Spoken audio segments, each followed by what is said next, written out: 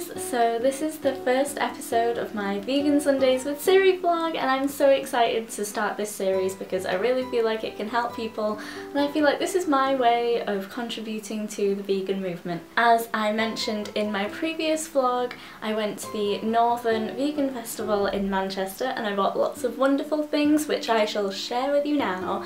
And the first one will be the t-shirt that I'm wearing, which says vegan because I give a shit. And quite frankly, I couldn't have worded it better myself, and when I saw it I was just like, this is the truest thing I've ever seen, so I need to have that t-shirt. Another thing I bought, which I'm currently wearing right now, is my elephant ring. But now these rings only use synthetic fibres, which is just amazing because it shows you can still have the product without being cruel to any animals. I also bought this keyring, and it's of a cow whose name is actually Priya Darshini.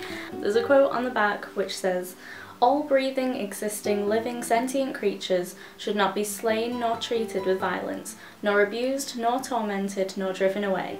This is the pure, unexchangeable, eternal law." So the lady that I actually bought this keyring from has a farm, and on her farm she names all her animals and then gives them a spiritual name after deciding what kind of personality that animal has, which I just think is so beautiful because it shows that animals do have a personality and their own characteristics, which is contrary to the belief that animals don't have feelings.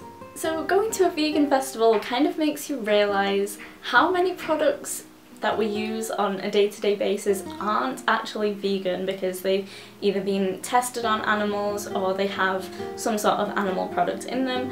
I actually found something quite odd, and I didn't expect to be finding this. Laundry powder. I had no idea that, you know, most laundry powders aren't vegan, but then this one was being sold for $5, so I thought, do you know what, let's buy it. I've not tested it out yet, but as soon as I do, I will let you know how it goes. So I also bought a couple of beauty products. I bought moisturiser for the hands, body and face, and a concealer and an eyeliner. I'm actually wearing the concealer at the moment. I really do like it. If I had one criticism, I'd say it's a bit runny and it comes off quite easily, but other than that I think the colour is so natural and it just blends in so well to the skin. The moisturiser I bought is by Georgina Tang. On the bottle it has a list of all the different ingredients and how those ingredients benefit your skin.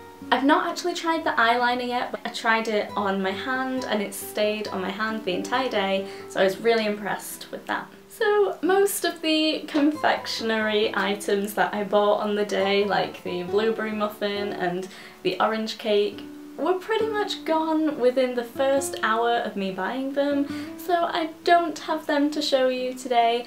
However, I did buy a box of marshmallows, which, oh my god, are amazing.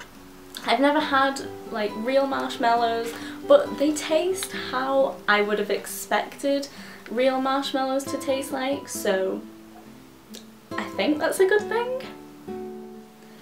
So that's it for my vegan haul, but it's not it for this video. So I just want to start the education section of this video by kind of saying how I'm finding being a student and being a vegan. I mean, most people would think that it's pretty impossible to be a vegan student, but I actually am finding it incredibly easy. I think if somebody has enough reason to be vegan, then no matter how many temptations they come across, they will never slip up. If I am feeling too lazy to cook and ordering a pizza would just be the easy option, I know that I'd feel guilty because I know like all the cruelty that goes on behind making a pizza, and I just couldn't do it. I just feel way too guilty to eat that pizza. I do admit it's a bit of a struggle to find food when I'm out with my friends, but when you kind of know where to find vegan food, it becomes easier, because I know that Starbucks and Cafe Nero, they do really good vegan dishes. Starbucks have a falafel salad and Cafe Nero have a Mediterranean pasta dish, and there are actually quite a few vegan and meat-free cafes in my university, which is just amazing and makes my life so much easier. I think also what really helps you stay committed being a vegan if you're a student is to just tell all your friends that you're vegan, because if they know that you're vegan they won't be offering you like temptations. Like if everybody else is ordering pizza they're not going to offer you any, they'll respect that you're vegan. I think being a vegan at university is doable. I'll support you if you need any help, like drop any questions down below if you need any advice. Yeah, I'll try and help you out as best as I can. So now for some facts. Most people, when they find out I'm vegan, they ask me, why don't you drink milk? So I'm just gonna dedicate this section of the video to give you the truth about milk. Humans are animals, cows are animals. For a human to produce milk, they have to have had a baby, and then they produce that milk to provide food for their baby. Cows have to go through the same thing. They have to be impregnated, they have to have a baby, and they produce that milk for their baby. What many people don't know is that the cows are usually forcefully impregnated. If that happened to a human, it would be classed as rape. Their baby is then forcefully taken away from them, and then their baby is murdered for either meat or leather products. It is heartbreaking because I just feel like it's not ours to take, you know, that milk is there for their baby. For all the mothers out there, wouldn't it break your heart if you couldn't feed your baby and your baby was taken away from you and then murdered? If that's not reason enough to give up drinking milk or having dairy products, here are some facts about milk. Dairy consumption has been linked to autism, schizophrenia, diabetes, and even cancer. Number 2, countries with the highest dairy consumption also have the highest rates of osteoporosis. Dairy farms and factories account for huge amounts of CO2 emissions, land degradation, water consumption and water contamination. So it's not just about saving the animals, but it's about saving our planet. Many people don't think that dairy farms and slaughterhouses are linked, which is why, you know, many vegetarians get stuck in their way of thinking and thinking that being vegetarian is enough. And I'm not slating vegetarians, because being vegetarian is a great step to becoming vegan. However, it can't be a permanent lifestyle, because dairy farms contribute to the slaughter of more than 245,000 dairy cows per year. Soy milk has actually fewer calories, less saturated fat, less sodium and less sugar, and it has just as much calcium and protein.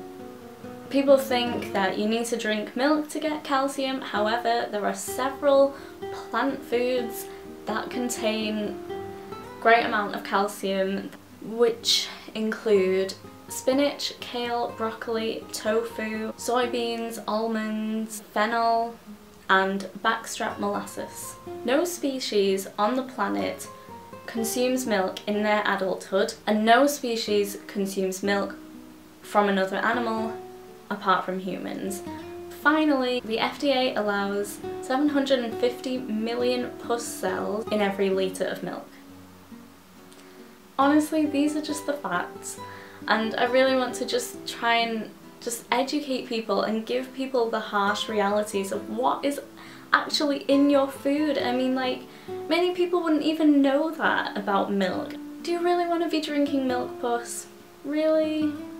I just hope that these facts have kind of enlightened a few people, and if I can even get one more person to become vegan, then I will be so happy. And obviously the aim is to get this video out to as many people as possible and get more and more people to become vegan.